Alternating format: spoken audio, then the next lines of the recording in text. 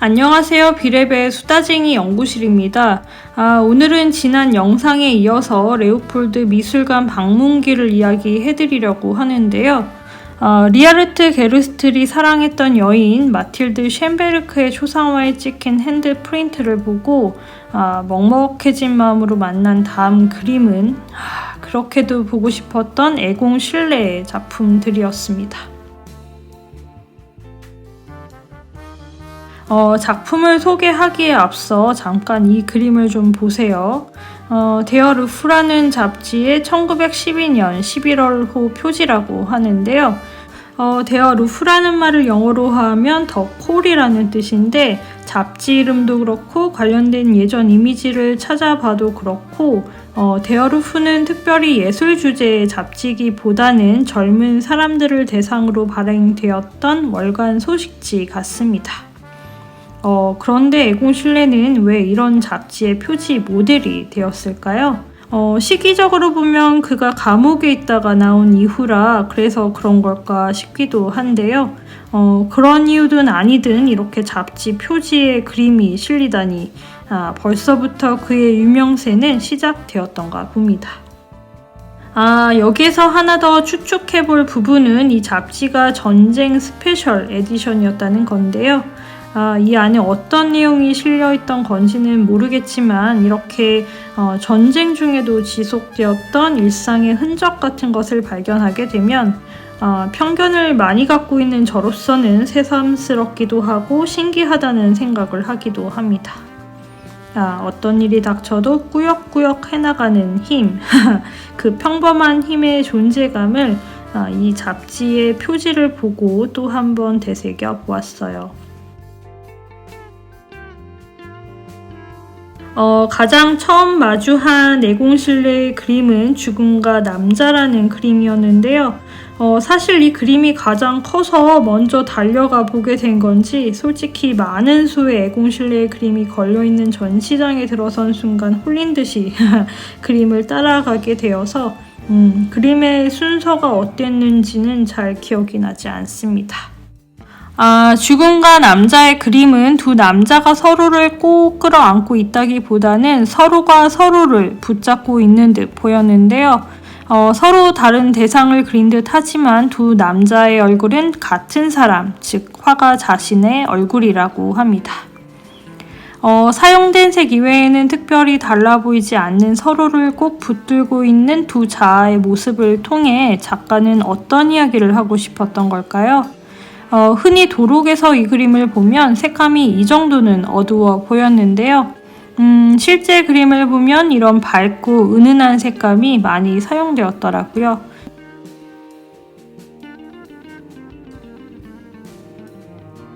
항상 인상 깊게 보았던 비쩍 마른 손가락이 마치 골조의 조각 모음처럼 그려진 것이었구나.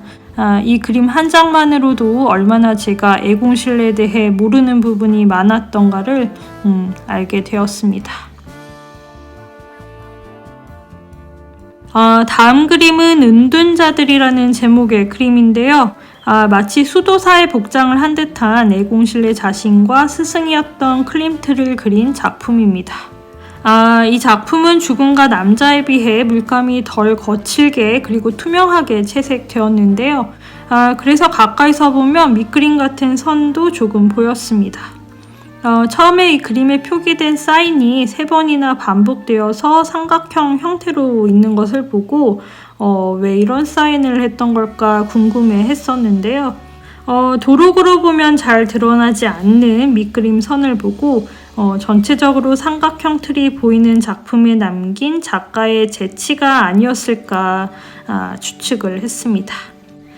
같은 해에 그려진 작품 중 좀 더 삼각형 구도가 구체적으로 보이는 예배의 행렬이라는 작품의 사인도 이렇게 3번 반복된 삼각형 형태로 표기되어 있는데요. 이런 것을 보면 제 추측이 어느 정도 맞는 것 같기도 하고요. 이런 화가가 에공 실레 하나뿐은 아니지만 에공 실레는 사인하는 방법이나 필체까지도 다양하게 사용해서 그런 다양한 개성을 발견하는 기쁨까지 주는 화가라서요. 사인도 신경 써서 보다 보니 발견한 부분입니다. 그나저나 이 예배 행렬이라는 그림에 사용된 진주빛깔 영롱한 색감이 너무 아름답지 않나요?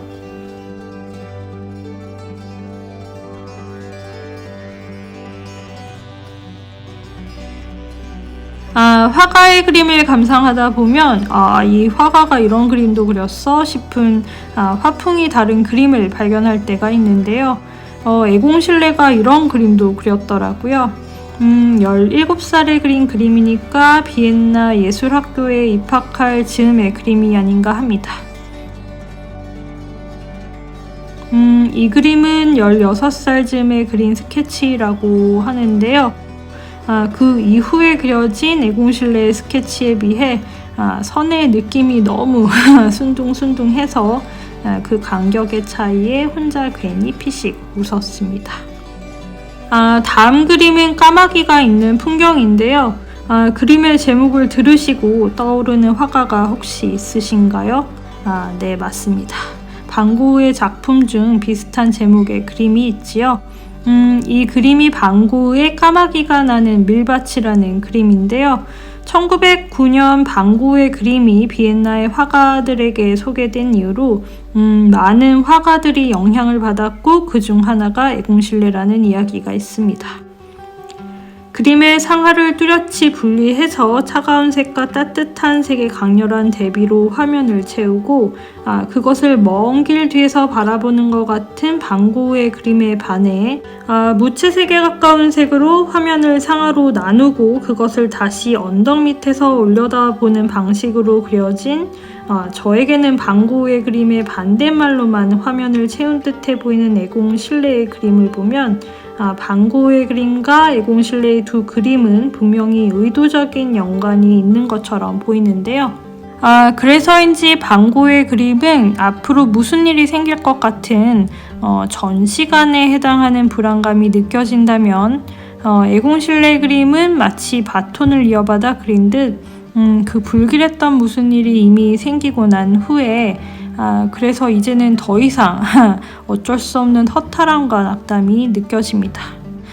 애공실레의 그림에서 보이는 여러 개의 십자가 형태가 더욱이 마치 그 일이 벌써 일어났음을 증명하는 것 같기도 하고요.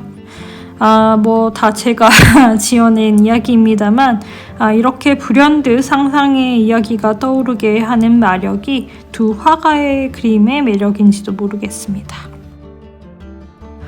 이 그림은 아마 애공실레의 그림 중 가장 유명한 그림의 하나일 텐데요. 특히나 한국 분들 중 다자이 오사무의 인간 실격이라는 책을 읽어보신 분들이라면 민음사의 인간 실격 표지로 기억하시는 분들도 계실 것 같습니다. 부끄러움이 많은 생애를 보내왔습니다 라는 문장으로 자신의 삶을 서술하기 시작하는 요조라는 인물의 나약하면서도 태폐적인 모습과 애공실레의 모습이 오버랩 되어서인지 애공실레도 한때는 전형적이었던 예술가의 모습처럼 치들고 악취나는 삶을 살지 않았을까 하는 생각을 하실 수도 있는데요. 생각보다 애공실레는 멀끔하고 성실하기도 하며 특히나 부와 명예에 대한 출세의 욕도 많았던 것 같습니다. 이 점에 대한 근거로는 마치 이 자화상과 짝을 이루어 커플샷처럼 그려진 그림의 주인공인 발리 노이즐과 얽힌 이야기를 통해 엿볼 수 있는데요. 막장 이야기 드디어 나왔습니다. 애공실레와 발리 노이즐의 이야기는 전에 영상에서 말씀드린 코코슈카나 게르스트의 이야기에 비하면 마치 통속적인 드라마의 줄거리 같은데요. 지구지순하게 헌신만 하다가 헌신짝이 되어버리는 가여운 아가씨의 이야기가 딱 발리 노이즐의 이야기입니다. 원래 클림트의 모델이었던 발리 노이즐은 그의 소개로 애공실레와 만나게 되는데요. 그 이후 1911년부터 1915년까지 4년이라는 짧지 않은 시간 동안 그녀는 애공실레의 모델이자 비서, 애인이자 동거녀의 역할까지 수행하면서 손이 많이 가고 까탈스러웠다는 애공실레의 곁에서 그를 항상 지켜주었다고 합니다. 여기에 대해 남긴 애공 신뢰의 서술이 있는데요. 한때 애공 신뢰는 풍기문란이라는 제목으로 감옥에 갇힌 적이 있었습니다. 이 사건은 특히 미성년자에 관련한 외설적인 논란이라 친지들마저도 그에게 등을 돌렸던 시기라고 하는데요. 모두가 그를 배척했던 시기 유일하게 그를 지지해 주었던 사람이 발리 노이질이었다고 해요. 여기에 대한 서술은 다음과 같습니다. 방금 내가 잠자는 곳을 그렸다. 때 묻은 회색 무포 한가운데에는 발리가 가져다준 오렌지가 이 공간에서 유일한 빛을 발산하고 있다. 선명한 색깔의 작은 점이 말로 표현할 수 없는 행복한 감정을 불러일으킨다. 1912년 4월 19일 애공 신뢰. 이 그림은 이러한 수기를 남기며 감옥에서 작업했던 한 개의 오렌지가 유일한 빛이었다라는 작품이에요. 무채색만이 가득했던 감옥의 독방에서 만난 따뜻한 빛깔의 오렌지는 그 이후에도 화가에게 영향을 준 듯 싶은데요. 1912년경에 완성된 그의 작품을 보면 특히나 발리 노이질과 관련된 그림을 보면 버밀리언에 가까운 붉은 오렌지색의 사용이 유독 눈에 띄니까요. 여기 이 그림 역시 1912년에 완성되었다는 오열하는 여인이라는 작품인데요. 애공 신뢰의 머리색인 검은 머리의 발리가 발리의 머리색이었다라고 하는 붉은 금발의 애공 신뢰를 정면에서 막아지고 있는 것 같은 그림입니다. 이 그림에도 역시 그들의 사랑의 색이었던 오렌지색이 보이고요. 충혈된 큰 푸른 눈에는 아직도 눈물이 고여 있지만 의지로 가득한 그녀의 얼굴을 보고 있으면 나보다도 더 내가 되어 나의 억울함을 호소했던 이 울부짖는 여인이 바로 발리 노이질이다 라고 세상에 소개하려고 혹은 자랑하려고 그려진 그림이 아닐까 하는데요. 이렇게 화가의 인생 안에서 순종적인 오렌지 빛을 가져다 준 그녀임에도 언젠가 애공 신뢰의 모진 말을 듣게 되는데 나쁜 놈의 시기가 후원자였던 레슬리에게 보낸 편지에 저는 곧 결혼할 생각입니다. 다행히도 상대는 발리가 아닐 것 같아요 라고 했답니다. 아이고 믿을 놈 하나 없다더니. 그래놓고 발리에게는 결혼은 너랑 안 하지만 네가 원하면 여름 휴가는 함께 보낼 수 있어 라고 했다는데요. 만약에 발리가 이 상황에서 휴가라도 함께 보내고 싶다고 했다면 우리의 속은 터집니다. 그쵸? 다행히도 됐거든 이라는 말을 했는지 안 했는지는 모르겠지만 발리는 그 후 애공 신뢰를 깔끔하게 떠났고 간호사가 되어 오스트리아 군병원에서 근무를 하다가 불행히도 1917년 성홍열에 걸려 세상을 떠났다고 합니다. 사망 당시 나이가 23세였다고 해요. 한편 발리와 잔인한 이별을 한 애공 신뢰는 어느 정도 유복한 집안에서 태어나 조신한 아가씨였던 에디트 하름스와 결혼을 하게 되는데요. 결혼 이후로 그의 화풍은 좀 덜 에로틱해졌다는 평가가 있습니다. 적어도 에디트를 그릴 때는 그랬던 것 같기도 해요. 애공 신뢰의 그림은 당시에도 법정에 서야 했을 정도로 외설적이라는 비판을 받았다고 하는데요. 실로 작가 스스로도 자신의 몇 작품은 에로틱하다고 평가했다고 합니다. 유튜브라는 매체의 특성상 애들도 볼 수 있기 때문에 그런 그림을 보여드릴 수는 없고요.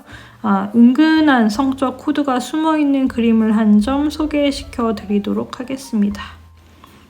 폴디 로진스키의 초상이라는 그림인데요. 앳된 얼굴에 비해 거칠게 보이는 손의 표현이 좀 이상하지요. 이 그림에도 연관된 애공 신뢰의 기록이 남아있는데요.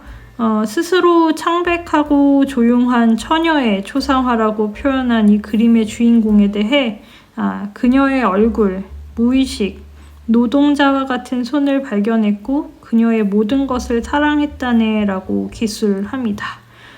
그리고 그림에는 작가의 은밀한 성적 코드를 남겨놓지요.